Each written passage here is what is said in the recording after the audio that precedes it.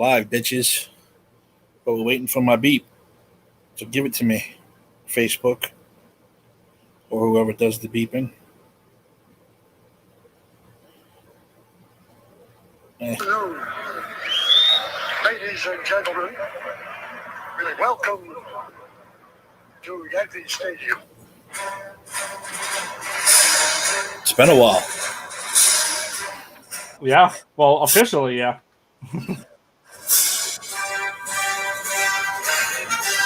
Look at that, the YouTube link popped up.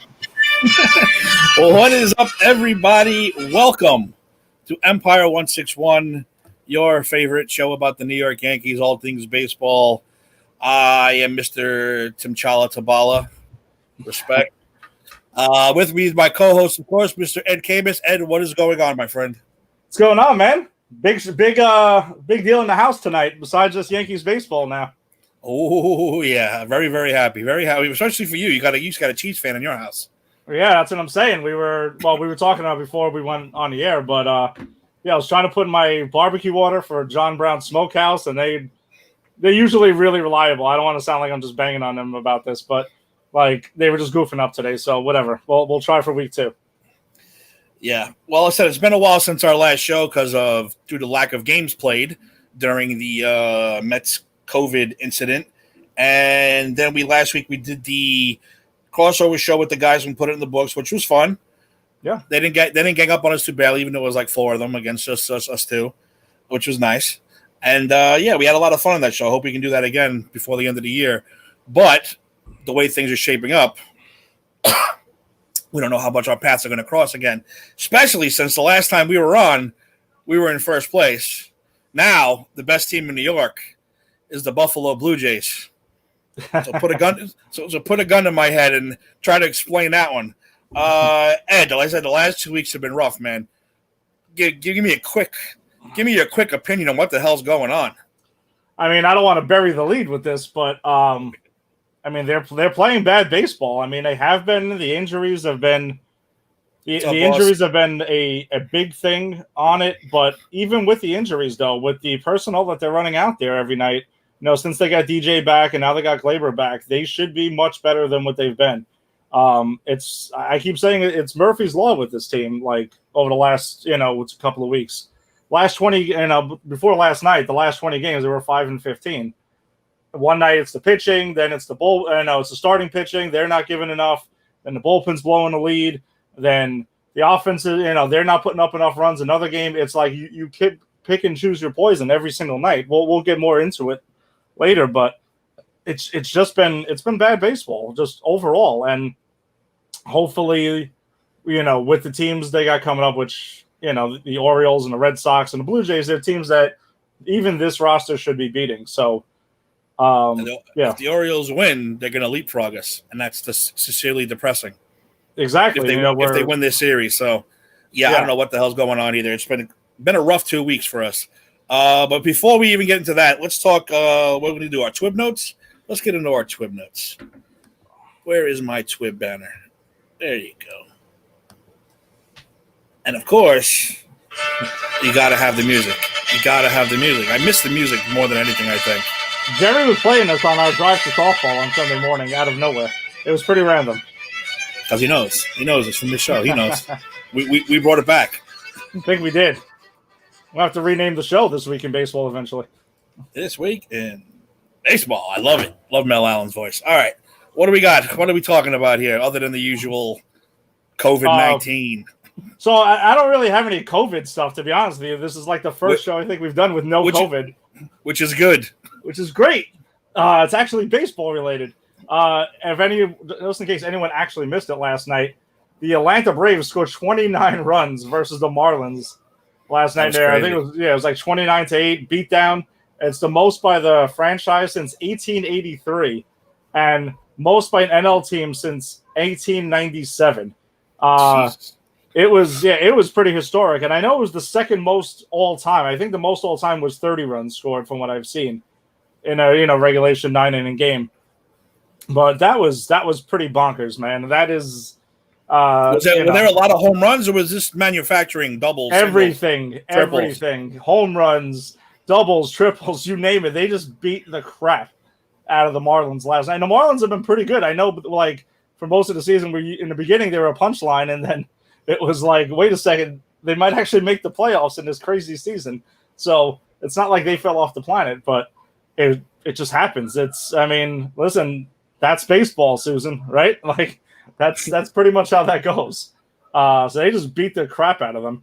And then the only other that's true. Hollywood Day bragged about his Marlins, and they get spanked by 29. If they don't make the playoffs by 20 runs. Yeah, if they don't make the playoffs, then that's going to be in Hollywood Dave over there. Baseball, let me tell you, when you score 9 runs and lose by 20, that's a bad day, man. That's pretty bad. A bad day. Yes, and as bad as the Yanks have been lately, they haven't even come close to doing anything like this. So at least we can take that and say thankfully. We'll get into their stuff later. But so on Sunday afternoon, one of my least favorite umpires, Joe West, who likes to just bitch and moan about how long Yankees Red Sox games are. I'm sorry they're strategic, Joe, so get over it. He ejected Nationals GM Joe Rizzo from the ballpark for supposedly not wearing a mask up in the suite. That's what he said the reasoning was. Rizzo was not wearing a mask, but he was actually arguing balls and strikes in the 7th inning against the Braves. So he, being that, with his actual silence in the ballpark, you can actually hear anyone who's screaming. And he was screaming that loud and getting into it, from the suite. And then he goes ahead and stops the game and ejects him for that. How do you eject a GM or a manager sitting in a suite? You can eject anyone, apparently. I mean, technically, I guess he's part of the organization. This is 2020 shit that we'll never see ever again. Understand this. Like, cherish this now, because this is never, ever going to happen again. That's ridiculous. It's. I thought it was hilarious, because originally when I saw it, I thought it was literally because it was just a mask. And I would have been fine with that. I would have been like, that's awesome. You're ejecting him for not wearing a mask. But then I know John Boy Media, they posted something. They posted a video breaking it down with the hot mics that caught all this. And you can see he's just arguing balls and strikes, and he's riding Joe West and going and going and going, and then got tossed out. Listen, 2020, I think it was awesome. It was 2020 madness, but I'll take it. It was pretty awesome. But, man, he was really getting into him too, man. He was really laying it on Joe West, man. And Joe West deserves it because I think he's a douche anyway. So, whatever. I mean, but from the suite, from way downtown, bang. I understand if he's sitting in the stands and like really getting into it, but up in the suite, I mean, come on. Like Steve Strasburg a couple of weeks ago. Well, that's a thing, but he's a player. He's not a GM. No, I know, but from the stands. Imagine trying to throw out an owner. The owner would be like, dude, what are you, crazy? You ain't throwing me out of here. That ain't going to happen. I'd love it. Imagine like Hal getting into it from the suite, going ahead and just like laying into them, and then just gets tossed. Maybe you can start rambling about like savages in the box and everything. How you gonna know? How you gonna know they left the suite? You're not gonna know. They can just duck down in the suite. They can go sit in the bathroom in their giant suite. They ain't gonna know anything about that. It's ridiculous. But like you said, 2020, man. I can't wait till it's over. It will never happen again. So these are once in a lifetime things that we're seeing here. Sports Illustrated should come out with a 2020 book. Like they come out with those books every year of different things. It's just the ridiculousness of 2020 sports. That's exactly what it should be. Yeah. Hey, hockey and basketball doing their thing though, man. They did it right. The bubble works. Bubble's the way to go, man. It absolutely is. And they even had some insanity. Damn it, who the heck was it? There was a player who he might have to be suspended or something like that, or might have like a 10-day quarantine for he had like a relationship with one of the COVID testers or something like that. There was something. Sorry, I didn't really get into it too much. I want to look it up though. I know it came out this morning. See, these guys, these millionaires will find a way to get laid. If they can't get out the bubble, they're gonna find someone in the bubble. Hey, whatever, man. I don't see anything wrong with that. Yeah. So you got to do what you got to do when you're locked in a bubble. Let's just hope that that no one tests positive. That's all I'm saying. Oh yeah, well, that of course changes everything. But I'm just saying, hey, you got to get some. You got to get some. You're in the bubble. Who's there? It's the only way to pop the bubble. Exactly. COVID tested doctors are there. She's hot. Good enough. That's all I need.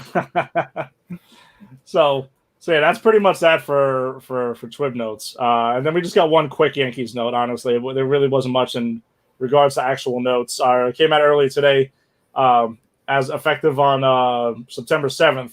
Yanks signed left-handed pitcher Ryan Butcher to a minor league contract and added him to the 60-man roster. And they assigned him immediately to the alternate site.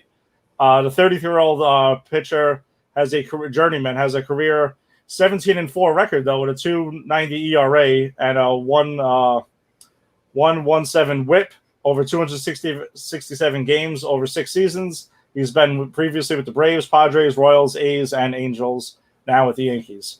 So see if we ever even see him this season. You never know, but Eric Zant, my co-host from Just Too Sweet Show. I want you to see something, Eric. This is what I've been putting up everywhere, and I was going to put it up here too. I put it up. Yeah, I put it up yesterday because he's been missing in action for weeks now. Really? Weeks. I mean, I put this up yesterday, and all of a sudden he resurfaces today. So wow, it's good to see you, Eric. It's good to see you. It's in that he's alive. He's around. He's a wanderer. He's a loner, a rebel, like Pee Wee Herman. Maybe he ran into Rick. So I get it. But the Just Too Sweet Show will be back soon. So stay tuned for that. All right, what do we got next? We're going to talk about this miserable 2 weeks. We will get break that down. Let's break that down as little as possible.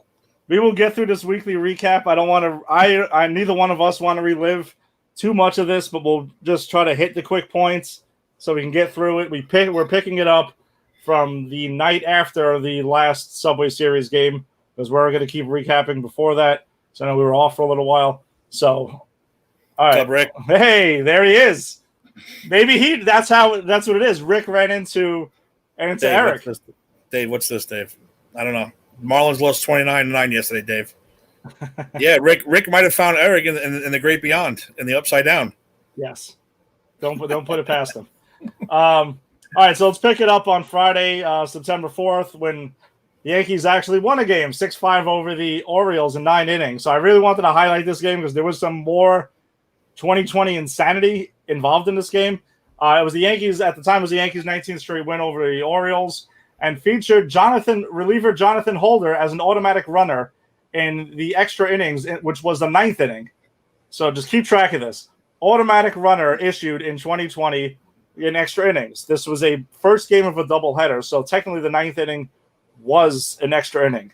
And because the Yankees because Boone decided to go ahead and have Miguel Andujar come off the bench and pinch run for Luke Voit, who was the designated hitter, once you substitute that guy in, and then Andujar had to go actually in the field and play third base, you actually forfeit your DH at that point, and the pitcher bats in that slot going forward.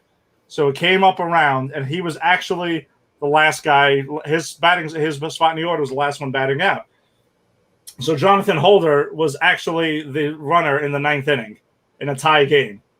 Thankfully, he scored. Thankfully, no Ching Ming Wong action, and scored and looked pretty good doing it. So he was good to go. But the interesting thing, though, is that, and I didn't know this. I know Michael K mentioned this on the air after the fact, because the Orioles did the same thing in the bottom half of the 9th. They had their relief pitcher in. That's pretty much all they had left. Along with these rules, if the pitcher is the last batted out in the extra innings, you are allowed to go with the previous batted out before him, which that was never mentioned ever in any of this breakdown before. Obviously, the managers didn't know this either, because do you think they would have really had Holder run? No. Thankfully, it scored. It worked out for the Yanks and came away clean. Chad Green came in for the save in that bottom half of the 9th inning. So Jonathan Holder became the first Yankee reliever to score a run since Mike Stanton back on June 6th of 2000. Mike Stanton, baby. Yes. So that's where that wackiness, and again, you can put this in the notes. Exactly. You're right, Rick. 100%. I'm just excited that Rick's joining us for this. So this should be fun. Rick, you want to come on? Let us know. So we'll go ahead and skip on to the second half of that doubleheader where the Yanks lost 6-3 to the O's. Deivi Garcia took his first major league loss, went 4 2/3, giving up 4 runs on 5 hits and 6 strikeouts. Yanks had the lead going into that, but then Clark Schmidt, who was called up earlier that day, made his major league debut, came in and got completely smacked around because the Yanks bullpen was taxed at that point from playing, was it 4 doubleheaders in 10 days? So they had no choice. Unfortunately, the kid got, he's normally a starter, probably wasn't ready for the relieving role, but Boone really didn't have that many choices to go with. So he went with Clark Schmidt, got tattooed around, and then, the loss came eventually. So that rolls us on to Saturday, which the Yanks dropped 6-1 to the O's. Cole took his loss, putting him at 4-3 for the season. Six innings, giving up 5 runs. Only one of the 5 runs was earned. 10 strikeouts, which is nice, and 4 hits. He pretty much after Cole imploded after a throwing error by Thairo Estrada in the 6th inning, and then just started getting tattooed after that. So not exactly his greatest showing on the season. It takes us to Sunday, where the Yanks dropped 5-1 to the O's. Tanaka taking the loss, putting him at 1-2 for the season. He pitched 5 1/3, giving up 6 hits, 4 runs. 2 of the 4 runs were earned, and striking out 5. The bright spot was Miguel Andujar going 3 for 4 with a triple. Then things start getting more maddening, because it's one thing when you're losing to the Orioles, but then you got a big series against the Blue Jays. You can rebound. I guess after spanking the Orioles 19 straight, you figure they're going to win a game sooner or later. It's statistically going to happen. But Monday's loss was, I thought they hit rock bottom Sunday after losing to the Orioles, but they honestly outdid themselves Monday night, where they lost 12-7 to the Blue Jays. Yanks took a 6-2 lead into the 6th inning before Chad Green and Adam Ottavino combined to give up a whopping 10 runs. I have 9 of those runs were earned with a Luke Voigt error mixed in, but 9 of 10 runs earned in 1 inning is pretty ridiculous when you went into the inning winning 6-2. I agree with Tommy 100%. Full disclosure, me and Tommy also do text about the Yankees constantly, so we have a lot of off-show stuff to discuss. He's 100% right. Deivi Garcia definitely the number 3 starter in a playoff series. But we'll get to that. No idea why Ottavino was left in there. He's throwing he's going to his fastball, which he never really does. He keeps throwing them one after another. Clearly didn't have a slider that night. Had 0 confidence. He's got to get pulled out before it gets to that point. That was completely ridiculous. I kind of think that's where Boone fell asleep a little bit at the wheel. And, all his game plans are so scripted that it's almost like there's no maneuvering for thinking on the fly. Married to the analytics and going with that, it's tough. And it was extremely hard to watch. That was probably the most infuriating one out of this entire stretch. But, so kind of ridiculous there. So where are we picking up there? All right, so the Yanks are at that point with tied for the most losses when leading by 4+ runs this season at 3. They're tied with the Phillies and Astros. That takes us on. So remember, we got the pitching, the offense pretty much given 7 runs, pitching not holding their part. Rolls us to Tuesday, where the Yanks lost 2-1 to the Blue Jays. Offense not picking it up. Jay Happ, who's been turning it around. He's been pitching pretty well, honestly. I got to give him props. Got the Yanks into the 7th, going 6 1/3, only 2 runs, 4 hits, and 10 strikeouts. I know the Blue Jays strike out a lot, but 10 strikeouts for Happ. Pretty impressive. Yeah, and he threw 113 pitches. It was actually nice to see Boone let a guy go past 100 pitches into the 7th inning at least. Started to defer a little bit. Started to notice the Yankees were actually running that night. I know Aaron Hicks stole a base and then got thrown out trying to steal another at 3rd. I don't knock him for that because he's trying to make something happen with a team that's not hitting. I was more looking at the silver lining there, saying, hey, the Yanks are running. Wade also stole a base in that same game too, so it was nice to see they were actually deferring from the scripted game plan, which was very, very nice to see. And the Yanks had chances. Taijuan Walker had 5 walks in only 4 innings. Yanks was set up for huge innings. All 4 of the innings he was in there. They went 0 for 3 runners in scoring position, didn't take advantage, and at that point, Yankees' longest single season streak with less than 2 hits. Right, in 1968, they went. I actually kind of screwed up this note. We're going to leave that one alone then because it's not fully complete. But you get the point. Yanks not going ahead and have one of their longest streaks ever of 10 hits or less. it's pretty bad, man. And they were 5-15 at that point over the last 20 games. Their worst 20-game stretch since April 13th to May 5th of 2016. Before that game, Cashman went ahead and held the team meeting and addressed the team, which he hasn't done actually since 2016. So that's pretty bad. I mean, I personally think that kind of looks bad on Boone also.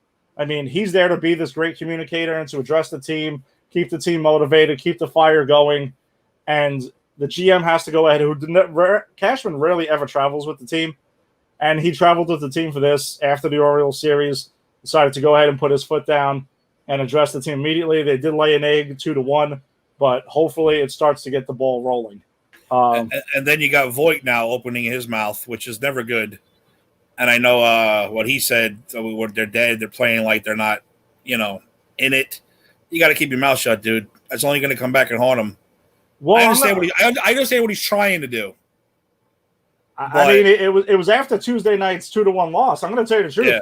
I actually applaud Voigt immensely for that. Someone finally went ahead, took a leadership role, and said, "Hey, listen, this is what it is." He's only pretty much saying what everyone's on everyone's mind. I don't mean as far as the players go. I mean as far as Boone, Cashman. They're not going to like that shit. That's just the way they are. But yeah, as far as the players go, no, I agree with you. I agree with you 100%. You got to get these guys motivated. No, someone's got to step up. Someone's got to say, "Listen, let's own it. Let's own the mistake. Go ahead, throw it down there." And what is this, Roma? Lack of fences, we affect the Yankees. There's a lot. It's a lot. It's a good one, Moise. Thank you. Welcome to the show. So that's pretty. I have no problem with it, and I know DJ LeMahieu said something to go ahead and a little bit on a lesser point, but Luke Voigt pretty much laid it all out there. He's been one of their best players. He wasn't saying it wasn't on. He didn't do it either, but. And he's been carrying the team for the most part. He's been having a great season. I know he's cooled off a little bit. He's had his foot stuff to deal with, but he's getting a night off tonight also. But no, I love the fact that Boone stepped up, said something. Boone. Voigt went ahead and said something about it, addressed the team, and rolled with it. And maybe it paid off, maybe it didn't, because they ended up winning the next night 7-2. Finally snapping that 5-game losing streak. Devry Garcia gets his win. First win of his career, going 7 innings, 5 hits, 2 runs, 6 Ks, and no walks. With that line, he became the first pitcher in Yankees history to have 2 games of 6+ strikeouts and no walks within his first 3 career MLB games in history. He also had he only had 3 such games in 65 career minor league games. So that's pretty interesting that he's stepping it up. Yanks were 3 for 8 with runners in scoring position last night. And prior to that, they were 2 for 32 during that 5-game losing streak. That's a pretty big thing to point at. Why you have a 5-game losing streak? 2 for 32 is pretty abysmal. So I don't know. Maybe Voigt's words went ahead and fired the team up a little bit more. We'll see. They have to build on that. It's nice to snap the streak, but if you do go out tonight and you lay an egg against the Orioles and drop 3 out of 4 to the Orioles, then as much as last night was a feel-good win, it pretty much means nothing. And real quick, though, let's go back a minute, because like I said, we haven't been on since the trade deadline. Were you surprised the Yankees didn't make any moves? One, and I know you were talking about Frazier. Everybody was talking about Frazier, but you can't trade him with Judge and Stanton not being able to play. So I personally am glad he's still here. But were you surprised they didn't make a move for Clevenger or a pitcher or anybody for that matter? I kind of agree with some of the statements that Cashman made. He pretty much said, listen, we have a bunch of guys injured at the time. At that point in time, there was a ton of injuries. And guys are also underperforming. I mean, they have the talent. It's not like the Yankees do not have the talent to turn this thing around. If they don't get any of these guys back from injury, they're not going anywhere anyway. If they don't get Judge back, they don't get Stanton back. If Gleyber doesn't continue to pick it up, if Sanchez doesn't completely wake up at some point and do something, guys like that, they have to get it going. So I wanted Mike Clevenger. That was the guy who I really was like, all right, this guy can make a difference. I know during that day there was rumors about Sterling Marte and Bradley. I mean, Bradley would have been a nice replacement for Tommy Kahnle for this season. Sterling Marte made no sense to me. I think, to tell you the truth, the fact that they were looking at him kind of was concerning, because it's like, all right, Are you nervous Yeah. about Judge coming back? Yeah, exactly. You know, we'll get to some of the guys underperforming on the team too, but you know, Gardner's not doing anything at all. He's been really, really bad this year. You start to wonder if this is it for him. Talkman has not done anywhere near what he did last year. So I don't know. I wasn't totally shocked, but then when I saw the haul that the Indians got back for Mike Clevenger, I don't blame the Yankees for not going after him. And they got a ridiculous haul for him. And I know there was reports out there that they wanted Frazier and Garcia, or they wanted that's what I'm saying. But so they have to pay like the Yankee luxury tax on trades. That teams always come out with this crap at this time of year, and he's not giving into it. And I don't blame him. I fully agree with the sentiment. If this team doesn't get healthy, they're not winning anyway. There was nobody out there who was available. Yes, he went to the Marlins and got to see 29 runs put up, and probably most of those balls flying over his head. So, yeah, congratulations. And Tommy, you're talking about the runners on position, Sanchez type ineptitude with runners on. Yeah, man, it's just you can't point the finger at one dude, but they just need to put glasses on the whole time. We'll find out. It's Wild Thing, Rick Vaughn style. But so interesting thing though is that in the last couple of years though, he's randomly kind of gone to these glasses. No one knows if they're prescription or not, or whatever it is. I don't know. I don't know that, but this is not the first time he's done it. And you're right. If it is Rick Vaughn style, and all of a sudden he wears the glasses tonight and gets 3 hits, 4 hits, rock with it. Rock with the glasses forever, then, man. Because that's apparently something's going on. Yeah, I don't even know if he wears contacts or something like that. So I'm not really sure. But I know it's definitely not the first time he's done it. Yeah, just stick with the goggles then. Yes. There weren't that Clevenger was the major move at the deadline. Mm-hmm. Are you surprised at that too, or just because 2020? No. I think I've been saying it since we've been doing these shows. I didn't expect the trade line. The trade deadline was pretty busy, more than I expected. I did not expect a lot of big names to get moving because, again, our team's going to want to really add payroll when they're all getting hit financially for this season. You don't know what the next season's going to hold too financially, so not many teams would be looking to add payroll, man. And kudos to the Padres for looking to do it. He's also not making a ton of money yet either, so it's not like they're adding a bunch. I think it was more about the haul that it was going to cost to get him, and they gave up a lot. They really, really gave up a lot, man. So, and the Padres are desperate for pitching. They have an incredible offense, but pitching's not there. And as far as the Yankees go with their pitching, listen, Cole, you just signed Cole. Cole's got to be Cole. That's the bottom line with him. I definitely see the Yankees re-signing Tanaka. I would be totally shocked if he's not brought back. And there's not many guys I would take over him in a big game. When there's a big game and you need it, Tanaka's Tanaka. I also think that the Yankees not going nuts for Clevenger or whoever shows what they think of Deivi Garcia and Clark Schmidt. Mm-hmm. I think that's a boost of confidence in what they see in them. I know Paxton's a free agent. He's obviously hurt right now too. So, we'll see what happens with him. And I also believe in Jordan Montgomery. So I think he'll be better. I know he's been very up and down this year, but I think over the long term, he'll be fine. And Jay Happ is a guy who there's no option getting picked up with him. That's just crazy. Nice. What, 38 years old? Will be 38 years old? Yeah, I mean, he was also brought into. You got to remember too, retroactively when they signed him, they did need a guy. I didn't love the Happ re-signing, but I understood it at 2 years. But he's been pitching better those though. So if he can keep on, just keep them in the game, man. Just keep them in the game. That wasn't his fault the other night. Losing 2-1. He pitched. If you get Happ giving you 6 innings or 7 innings of 3 runs or less, then you take that every single time. That's on the offense then. Yeah, I agree. Yeah, that's about it with that. I was happy though. You know what I mean? I'm a Clint Frazier guy. Yeah. I knew once Judge went back on the injured, I was like, there's no way they're going to trade him now. No, but the Marche thing threw me for a loop. It's like we have enough outfielders. And then again, like you said, Gardner, as much as I hate to admit it, Gardner got to go. Well, that's what I think. We'll get into that right now. Exactly. That is a perfect segue to. And I wore the shirt on purpose from RotoWare for Next Man Up. I do love the shirt, but listen, Next Man Up was great in 2019. It saved the season. They didn't miss a beat. And it was guys like Mike Talkman, who's hitting 238 this year, were fantastic. Tyro Estrada's hitting 200. Tyler Wade's hitting 161, and Mike Ford's hitting 139. These were all part of what I call the next man up group. They're not doing anything this year. You know, I think they were a very nice story last year. I'm not saying that all their careers are done, that, you know, just basically give up on all of them. But they got to be better than this, man. And look at the regulars. Brett Gardner hitting 165, 293. What? Wrong one. They hit the wrong one. Really threw me for a curveball there. 293 on base percentage. Aaron Hicks, 209. He's your starting center fielder. Gary Sanchez.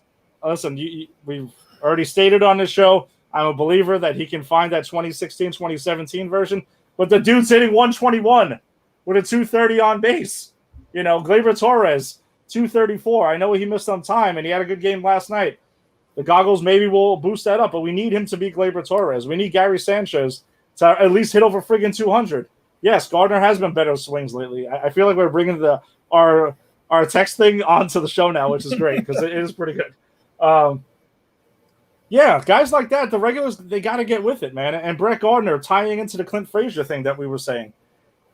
If this is who Brett Gardner is now, then, yeah, listen, I'm sorry, but that's it. Then next year I go with Tauchman and Frazier on the roster. Those are your guys. Let them battle out left field. Loser of that starting position is your fourth outfielder then. That's it. The whole tune has changed now with Clint Frazier. He's a guy who might be a Yankee now going forward, you know, living up to it. And listen, when you hear with Clint Frazier, the whole immature things that he had last season on and off too, and weird things that you heard and saw, it looks like he's cleaned it up. He's having great at-bats constantly. You know, Boone's throwing him up there batting cleanup a lot, and he's earned it, man. He's hitting for a good average. He's hitting for power. He's getting defense has gotten better. His defense is night and day. Night and day. Yeah. Yeah. And he's got the tools. He's got speed. He's got a cannon for an arm. It's not like he can't do it. But it shows you it was probably mental, and he really, really worked hard on it, man. Yeah, good. Brett Gardner, who for most of his career, right? I used to go ahead and rag on Brett Gardner a lot for. Brett Gardner is always a guy who's like a career 260 hitter, where I feel could have been so much more. Hits line to line, you know, line drive hitter with speed and everything like that. You would think he'd be better than 260, and then he's kind of adopted the 260 and has been pulling more next year. I go ahead and read Tommy's thing. He's been pulling more for more power now. He's taking more aggressive swings and hitters counts, and that's why he's been going ahead and hitting more home runs. But now it's just like everything is pull. He doesn't even think about going the other way now, or up the middle, which is crazy. That's definitely not his game. It doesn't have to be an either or. It doesn't have to be pull every single pitch and try to hit for power, or you're a line drive guy. You can be both. It is possible. But at 36, this could be it. I mean, and yeah, I agree. Unfortunately, it's it. His defense is still good though. Listen. He hasn't lost. He could play center. He could play left, just fine. I'll trust him against most. But it really, really could be it, man. Yeah, Sanchez does need to change his approach and go the other way like he did back in at least 2016, 2017. That's what I would say. When they benched him, they benched him on Sunday and Monday night to try to go ahead and work on stuff like that. So we'll see if that pays off, because that's where I think he's at his strength, is when he's going to right center field, driving the ball the other way, not trying to go with this ridiculous, like, yank every pitch to left field and try to just hit everything out. It's rough. But as a team, though, this year, going into tonight's game, the Yanks are hitting 234 as a team batting average under 329 on base. Even in this analytic-driven era where suddenly batting average doesn't matter and it's all about power, that's pretty bad. That's pretty bad. So they got to pick it up. I'm really hoping that maybe after the Cashman addressing the team and maybe it's almost like a come-to-Jesus moment here where they're like, listen, we can steal bases. We can force the action and use the speed that we have instead of sitting around and waiting for the 3-run homer all the time. Like, it's not always going to happen. And you got to do that, especially when you don't have guys like Giancarlo Stanton and Aaron Judge in the lineup. Like, you need to adjust and adapt to who you have. If they have a team that could easily steal bases, hit the other way, drop down a bunt occasionally, become more of an overall, well-rounded offense, and that's the personnel they have, and they can do that. Listen, LeMahieu, going ahead, leads the way with that. Gleyber Torres, when he's going well, uses the whole field. Luke Voigt last night, runner on third, right? and they go ahead and they shifted on him. They gave him second base wide open. Boom, he shoots one right through there. That's all you got to do.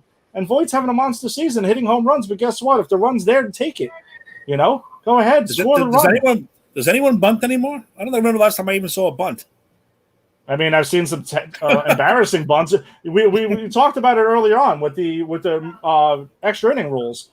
You go ahead. If you're the home team and it's tied, you get a runner on second base. Depending on what time part of the order comes up, lay it on a bunt. Get the guy over to third. It's fine. Yes, Tommy. We talk about it. Yanks are prisoners of analytics, but they're not the only ones. That's the thing. I think as a lot of times the Yankee fan base, we try to go ahead and beat them down for following analytics, but a lot of teams do. It's in all of sports. Tim, in football, it's even creeping its way in. Where you see weird decisions of teams going for two. It's changed the NBA. They're like, hey, 2-point shots are 2-point mid-range jumpers aren't worth it. Drive the basket or take a three. It's changed a lot. And maybe teams are thinking that they're too much smarter than they really are. But as far as it goes with baseball, man, going all or nothing, home run or bust, it's not going to work, man. Look at the Kansas City Royals from a couple of years ago that went ahead and went back-to-back World Series. That wasn't their approach. Their approach was send everybody. Everyone steals. That's it. Throw us out. Force the action. Force the defense to make errors. You can have both. And I know the way that the Yankees are designed, it's around bullpen strength and power pitching. Power pitching in the bullpen and on the mound, get strikeouts, hit home runs, and all of that. But you can go ahead and do both, man. It's okay. It's Moneyball to the extreme. It's even it's beyond that. Yeah, it is. It's like to the extreme because like you said, it dominates now. Yeah, and it gets to that point where it leaks into like what we talk about with the unwritten rules of baseball. You start saying stuff like, "Well, he's not going to throw a curveball on this count. Why not? Throw whatever you got to throw to get the guy out. Do what you got to do to get the guy out. Do what you got to do to get a hit. I don't care what it is. Steal, bunt, do something. Yeah, you can't go. Well, you're not supposed to bunt when it's this that. Do it. Do what you got to do. Yeah, analytics have pretty much said, "Oh, stealing bases, it's not worth it. You're giving away outs. Bunts, not worth it. You're giving away outs." No, that's not the way the game is played. It has to be played all the time. We're not telling you to have, tonight Clint Frazier go ahead and dropping down bunts out of nowhere. Yes, exactly. I think the correct belief is you shouldn't ignore numbers. No one's saying to ignore data, advanced data. It is great that all teams are doing that and using all the advanced information that they have, but it can't dictate every single decision that you make. For that, me or you can be managers of MLB teams right now and just hand me the binder. Hand me what the spreadsheet says that day, and that's it, and we can do it. Yeah. Aaron Boone's a lifelong baseball guy. He's growing up in a baseball fan. His father played, his brother played. He knows this. He's well aware of this, but it's an organizational philosophy that I think they just need to – you can broaden it up. So we'll see tonight. We'll see over the weekend. If they keep sending guys, they keep running, allow pitchers to pitch later in the game. You don't have to take them out at 100 pitches immediately. It's not the alarm goes off in the dugout or there's a buzzer that zaps the manager that's it, must take out pitcher. No, if the guy's cruising, let him roll, man. That's it. No, that's what people might think. They're looking at the money too now. Like, I'm not going to throw this guy's arm out. This blah blah blah. So 100 pitches. But like you said, man, you got to do what you got to do, especially now in the streak that we're in. Yeah, let them pitch, let them hit, let them do what they got to do. Yeah, but if you don't expect Clint Frazier to bunt, let him bunt. Maybe he can bunt. Yeah, if he can. That's also part of the question. If he can. Of course. If which he can. Ridiculous. This guy's definitely not going to bunt. Let him bunt. It'll throw everybody off. Like, holy shit, this is not going to be a regular game. This is going to be a crazy game. Oh my God, they're stealing again. Uh-oh, you got to shift your whole dynamic now with the field. That's one thing I don't like. You said it's analytics, everything. It's kind of like robotic. It's becoming robotic baseball, and it's not good. But yeah, it definitely is. But yeah, you got to. It's true. You have to read the situation, man. Like, the game wasn't played for this many years when they didn't have the analytics. They didn't have all the data, and they somehow got through it. I don't know how that was. And guys like Nolan Ryan and rest in peace with Tom Seaver and all these other guys. They went ahead and threw. Listen, Al Leiter used to average like throwing 160 pitches an outing. David Cohn, same thing. Their arms didn't fall off. It's okay. They can go out there. You do notice, though, since they started babying pitchers to this extreme, guys have been getting hurt more arm injuries. So at some point, you kind of look at it and be like, is this really the right thing to do? You know? And of course, then you can bring it back around to the money. Well, we just paid this guy a 10-year, $100 million contract. He's not allowed to throw this many pitches this year, which drives me crazy. When I hear a pitcher's on a pitch count for a year, that makes me insane. It's like, what are you talking about? If he's the best pitcher in the game, let him pitch. You can't put him on a pitch count. Well, I mean, I personally think I agree with the pitch counts when a guy's coming up from the minors. Like if he's only or hurt or something along those lines. No. If a guy's coming off an injury, I'm sorry. I sometimes I get thrown off by the screen thing on the screen, and then all of a sudden I lose the thought. No, if a guy like a Devy Garcia, if this was a regular season, he would be on the pitch count because he's never thrown. You can't have a guy throw like 100 innings and then suddenly he throws 200 innings the next year. You do have to build him up. Thankfully for us, he's that's thrown out the window with only 60 games this year. So this kid's going to be ready to rock and roll, for as long as we're still going. And he's looked really good, man. He's looked extremely impressive, but you got to read the situation. You got to let guys go. Trust the starters. They're starters for a reason. And I know relievers are being groomed for these roles from since day one. It's like you're going to be the guy to max out for an inning or two. But, you also trust the guy that's there. If he's rolling and he's got a feel for it, let him keep going. I agree, though. When you get to the 8th and 9th inning, that's why Chapman is there. That's why Zach Britton is there. Their literally only purpose on the team is to pitch the 8th and 9th inning. When you get to the elite of back part of your bullpen, let them go. But the middle part, maybe Chad Green's getting a little overexposed, Adam Ottavino, guys like that. They're not your, they're shut down guys, but they're not your back end of the bullpen like what I would call the absolute elite. So, read the situation. That's pretty much it. And that's for every team. That's not just the Yankees. I'm not just going ahead and ragging on Boone for this, but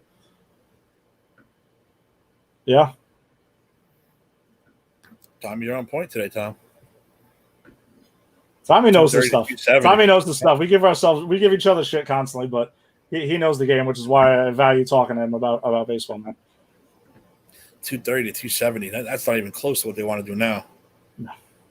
Yeah, it's like they're prisoners. They're prisoners with Billy Beane and his analytics and his all that other crap. Just because Boston won with that theory doesn't mean it's going to work all the time. But like I said, now they've taken it to the extreme.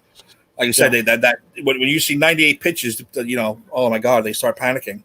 Oh my God, but the guy, if you've got guys pitching a shutout, cruising along, let him pitch. Yeah. Don't start panicking because he's thrown 98 pitches. Oh my God, two more. Yeah, that's it. His arm's going to fall off, or he's going to give up a home run. Even though, like I said earlier in the year, it seemed like Garrett Cole would hit that mark, and all of a sudden the wheels would fall off. But it was a coincidence.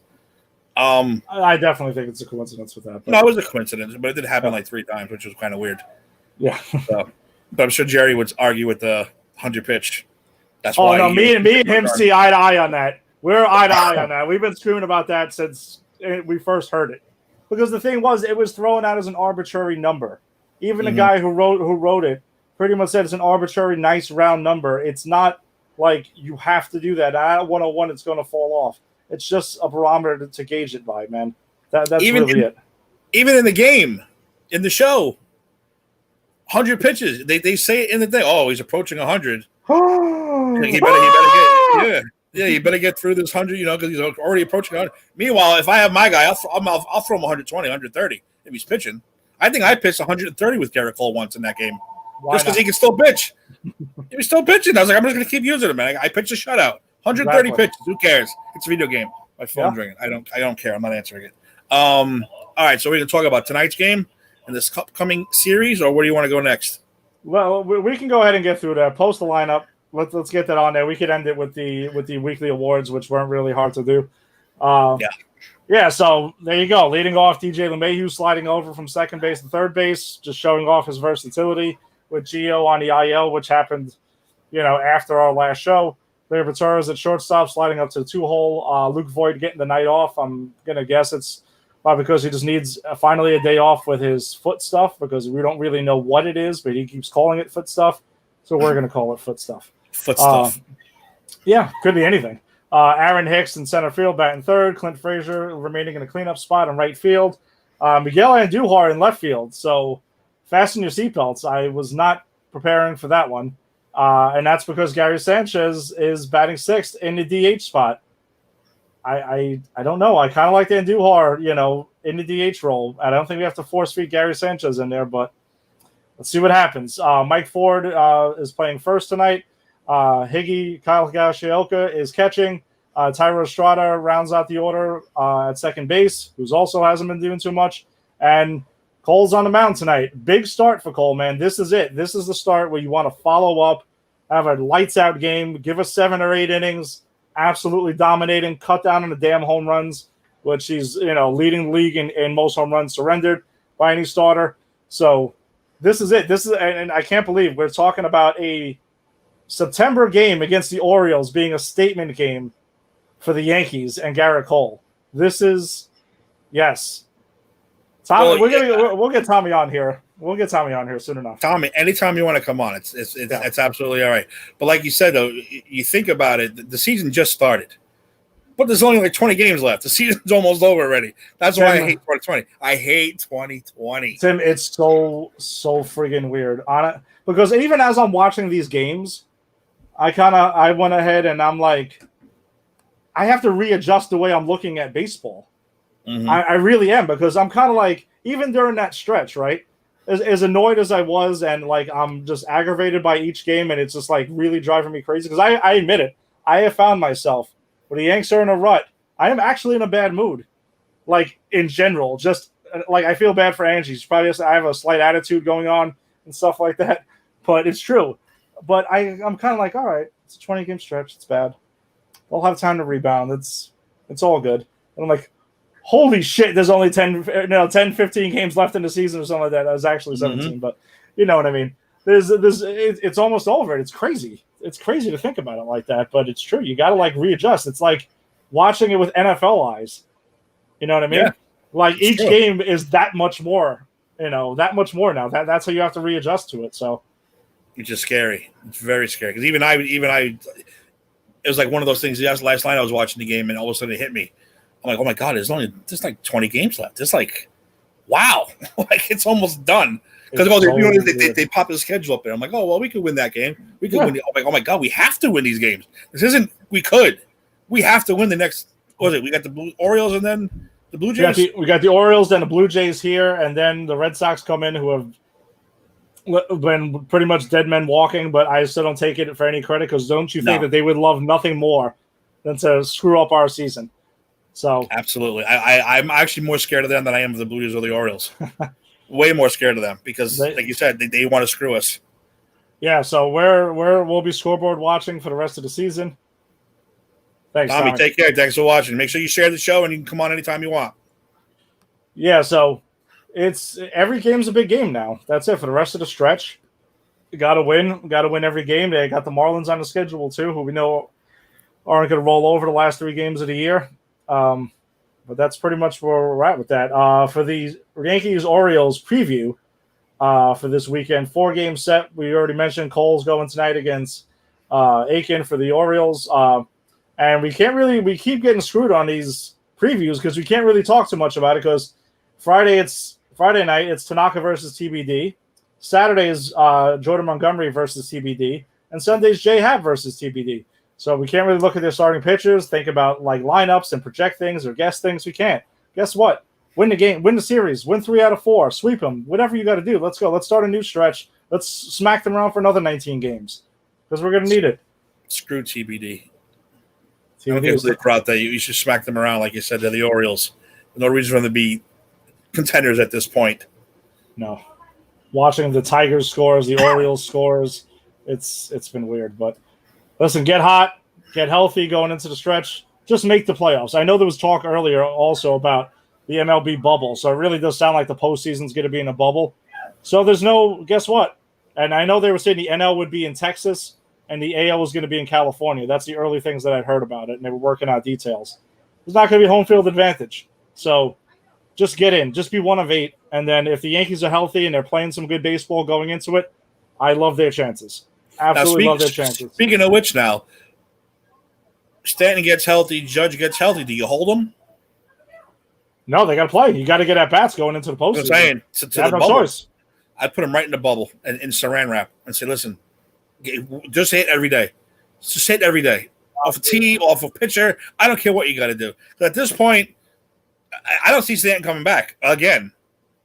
Judge, well, he'll be back. I know the things that they've shown. They're showing that they're doing running drills in the Yankee Stadium and stuff like that. So they're at least doing something. They're not just sitting around not doing anything. That's a good sign. But I think they definitely need at bats before. You can't just throw them into the playoffs, game one, and in that wild card round, and just expect them to be there. They need to get timing. You got to see real pitching. There's nothing that's going on in the upside down alternate site that's going to get them ready for real games, except for real games. So they come back, they get their 10 games under their belt before the postseason, and that's what all they got. Then that's fine.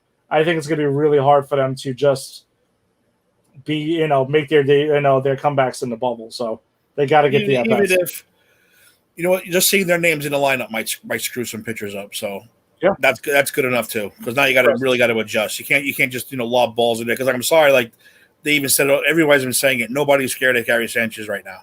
Nobody. Yeah. So, but we need someone to be scared of. So if I said Judge and Stanton come back, you just see their names in the lineup that might shake a few pitchers. You never know.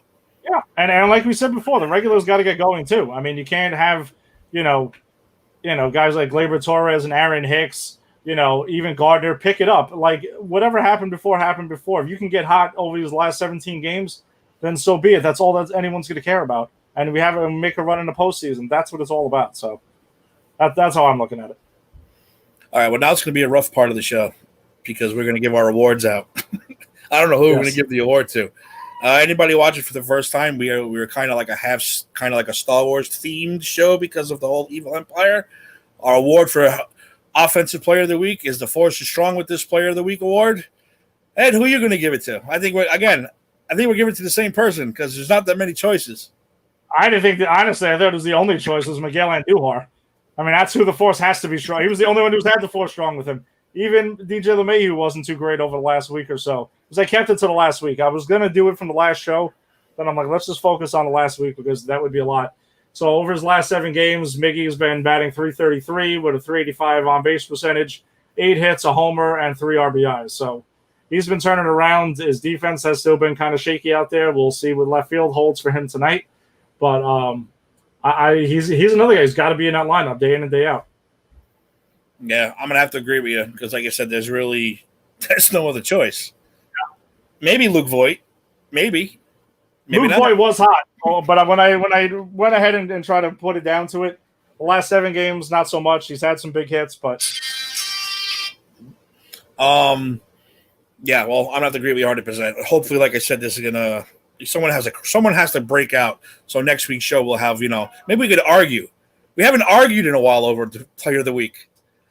No, I want to have an argument who we thought was better, but right now it's like nope, definitely him. It's pretty easy, pretty straightforward. All right, so then we're going to move on to the pitcher, the I Have Spoken Pitcher of the Week, which, again, this one is I don't know about this one.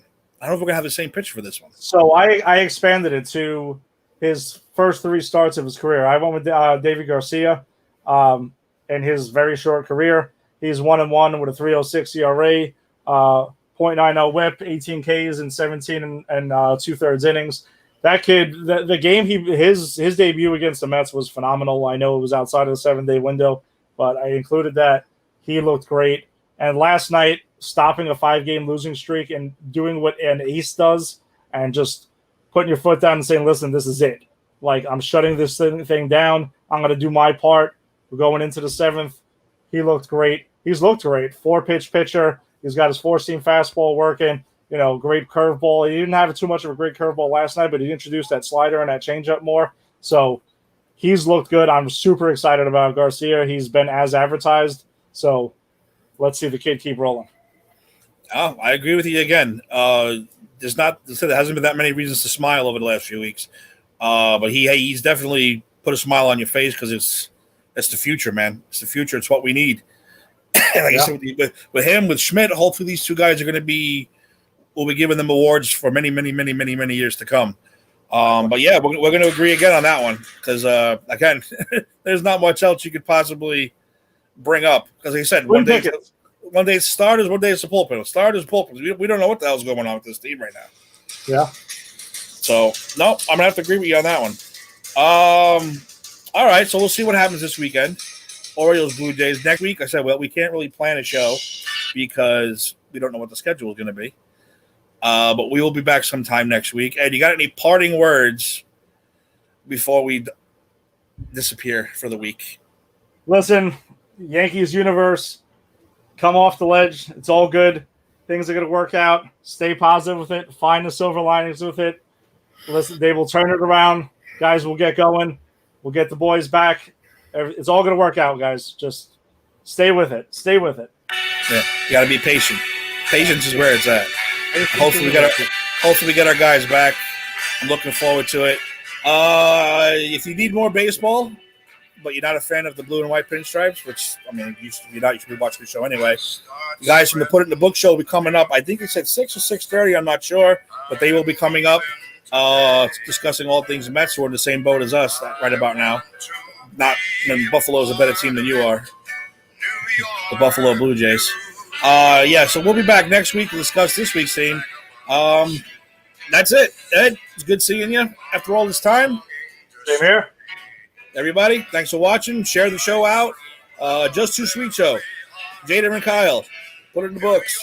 I was with 4/4 show with Dave. I don't know what he's going to do one this week. But, yeah, look for all those shows on City Sports Talk, YouTube. We're all over the place. Peace out, everybody. Take it easy, guys.